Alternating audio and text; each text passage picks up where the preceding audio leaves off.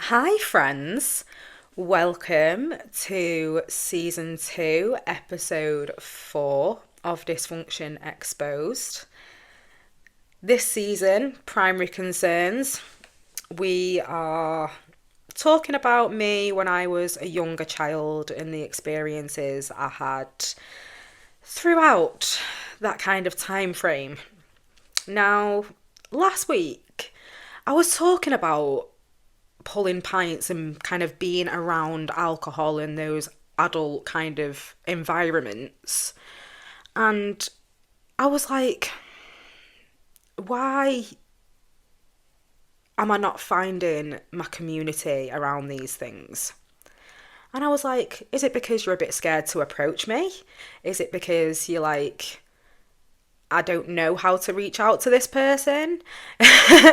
But I hope that's not the case. And I just wanted to say, if any of my stories do resonate with you in whatever way, and you want to express that in a way, then please feel free to reach out. Like, you will never be shut down from me from that perspective. So please reach out if you need to, because that's where I'm at today. We're on a giving love, giving joy, just giving light to the universe kind of vibe. So let's get into today's episode. I briefly mentioned that when I was younger, I used to go to Wales a lot with my dad and his friends. Now, one of his best friends happened to be my godfather. And this man was actually in Coronation Street for a good period of time, like very established actor, household name. I'd say at one point national treasure for all the wrong reasons. But obviously, he had a lifestyle because he was getting money to be able to afford that lifestyle. And that's where my dad and his friends kind of were. They were that group of men. They had money and they flaunted it. And I just went along for the ride, basically, because, hi, I existed. So, these occasions, we'd go down to Conway for the weekend. Now, as a young child, I did not, no, it's not that I did not actually grasp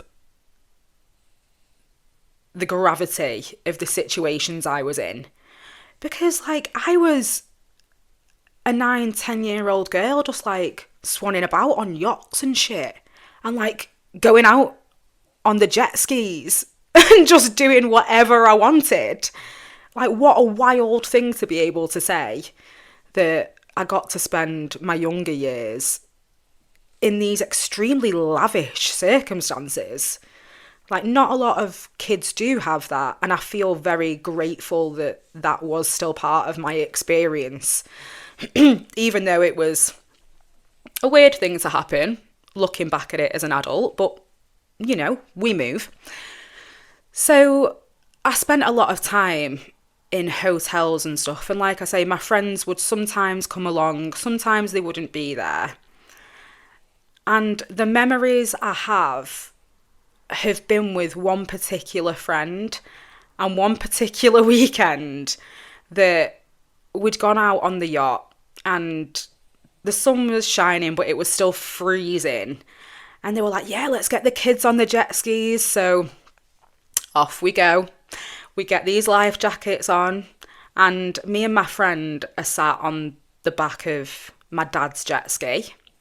And there was one of his friends, and I think they had her partner on the back of theirs. So 2 adults, and then there's my dad with the 2 kids. Happy days. I trusted my dad to be able to do this because I'd seen him on these jet skis before, and I knew he could handle it. So I was like, yeah, I'm well excited, let's do this. But as we did this, in the middle of the freezing cold fucking icy water in the middle of Wales in like May or something, it was ridiculous. My dad took a corner on this jet ski And it was almost like slow-mo in my brain. Me and my friend both got launched off the back of this jet ski, flying into the water. Luckily, we could both swim, but we panicked, naturally, because of the shock of the water being so cold. And I vividly remember me looking at my friend and just screaming at her, I pissed myself!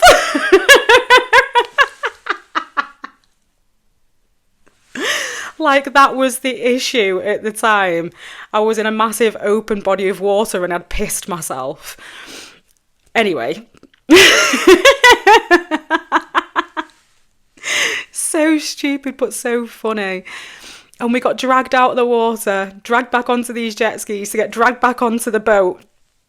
And oh my God, me and my friend were mortified because we were like, there's jellyfish in the water. We could have been stung. And I can laugh at that with such fond memories now because that was actually a really funny day. Like, I treasure that memory. Because it is just so joyful. Even though it went wrong, it was just fun. And again, a different circumstance where I was there on my own one weekend with my dad and his friends. And I don't know why. My dad always knew that I loved singing. Like, I loved music, obviously. We go there regularly because it's in my foundation. Like, it's in me. I can't, if you get that, you're going to get that. Does that make sense? So it was always in me and I'd always been singing. Well, I first started singing Oasis in the living room. And then as I got a bit older, I started getting into the girl bands. And I was a solid fan of like S Club 7 or the pop groups and things like that. And the first time in one of the hotels that weekend, there was a room full of a party that had gone in. I think it must have been someone's 50th or something like that. It was a big party, a big family party. And my dad was sat in the bar, so he started talking to someone whose party it was. They asked him to come in, yada, yada, yada. That's how it moved through that scenario. And I was like, Dad, I want to sing on the karaoke machine. Can I please sing on that karaoke machine? Because the adults were doing it and it looked great. Of course I wanted to get involved. So I vividly remember the first song I ever sang on karaoke in front of what must have been 50 plus people. And ballsy little me did not give two fucks about who was watching, who was listening. I was just going to do it and I was going to have a great time. And that needs to come back into my soul, and I think it is slowly. But again, that's a topic for another day. So yeah, my first karaoke experience was actually Say My Name by Destiny's Child. And I absolutely loved Destiny's Child. Like, the Writings on the Wall album was on repeat. And it has been on repeat ever since because it's just such a work of art to me. It just sat in my soul. And yeah, that was one of those childhood albums. This is completely side note, but I triggered a little memory when I was talking about S Club 7. So I don't know if any of you will remember this, but way back in the day, we used to watch like CBBC and stuff when we were kids, and they had a competition once on the back of S Club 7 being a thing. They were looking for the S Club Juniors. Okay, so when this happened and it came to my attention, obviously I wanted to be part of it. I was like, I'm ready. I want to do that. That is my life. I just want to sing. I just want to express myself vocally because it gives me joy. And my dad was, yes, let's go and do this. Let's get you in for the audition. I'll take you, not a problem. So date's in the diary. The day comes. I put on a cute little outfit and we start driving to Media City. I remember it was in Media City. And as soon as we started pulling up, even though my anxiety on the way there, like I was just singing and I was just buzzing to myself. As soon as my dad saw the queue, whilst we were in the car, he turned round at the roundabout in Salford Quays. We all know where it is if you've been there. And he went, yeah, no, we're not doing this, Emma. What? Wow. Wow, what a memory to trigger just by speaking a random band's name. Because I think that's the day, like, I realised that he didn't have my back in the way I thought he did. Wow. Oh, we went from very light and very joyful to a bit deep, so bear with me on this one, guys. But yeah, I remember that day absolutely shattering me. And then he bought me a McDonald's as compensation on the way home when I'm sobbing uncontrollably because I didn't get my chance. You didn't give me a chance because you didn't want to wait with me in that scenario. Ultimately, how very selfish. And I could never imagine looking at child me right now and reinforcing the dream on one side, and then when it actually comes to fruition, shutting it down. That'll kill someone's dreams quite quickly, especially when you were still watching all the footage of the auditions and you're watching all this play out from your living room and you're thinking, that should have been me. That should have been my opportunity, and I didn't get my chance to show them how great I was. Now, I wasn't built to be in S Club Juniors. I understand that now. But in like a parallel timeline, I'm a bit like, I could have been Frankie Bridge or Rochelle Humes if I was given that opportunity. But that wasn't for me, obviously. So here we are. It all comes back to this full circle moment, like, okay, I'm definitely here to tell my story, because it's not, oh yeah, my parents supported me and everything went great and I turned out amazingly. Now don't get it fucking twisted, okay? I have turned out amazingly. But the origin story, it definitely gave me depth of character. And I am so ready and I feel so empowered right now to be sharing this stuff with you. So yeah, we're getting a bit emotional on that one. But it hasn't, even though there were times I looked at it and I looked at those individuals' careers on the back of that and almost yearned for it.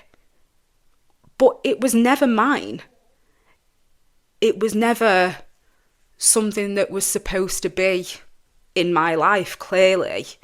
But that doesn't help when you can't fully understand your emotions. You can't understand anything because I wasn't built to deal with that.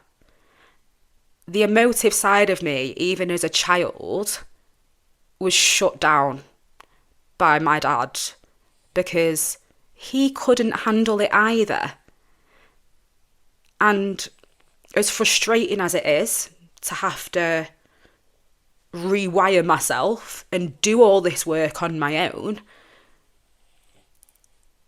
I understand and I feel empathy for him in that situation.